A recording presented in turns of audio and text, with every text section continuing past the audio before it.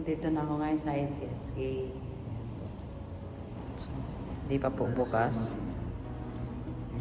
May kasama tayong nag-aantay dito.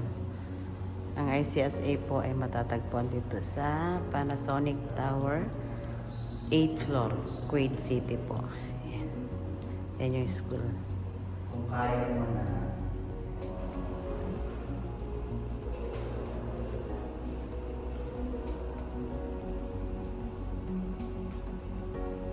Kasi hindi ko alam ang password.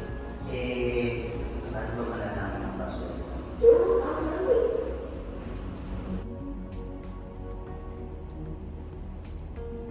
Ito ang mga courses po na pwede nating kunin dito sa ICSA. ICSA stands for International Institute of Computer Science Administration. Dito ko din po tinapos yung aking computer secretariat.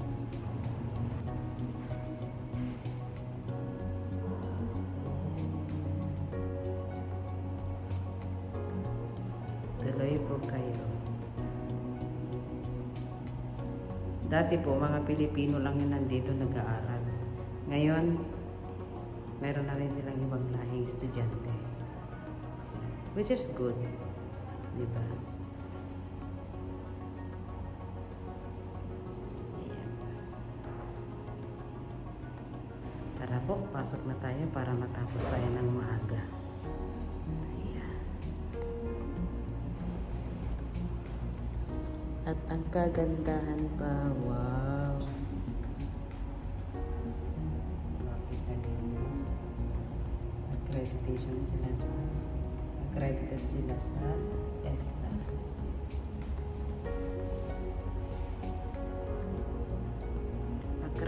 Accredited po sila sa TESDA.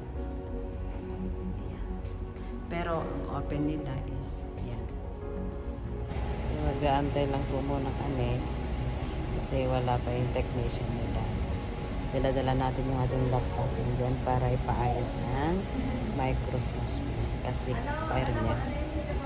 Kailangan natin ipa-update para magamit natin.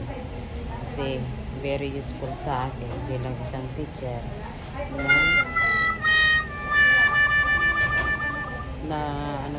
very useful sa akin kasi bilang isang teacher, lagi akong nagtatrabaho ng Microsoft.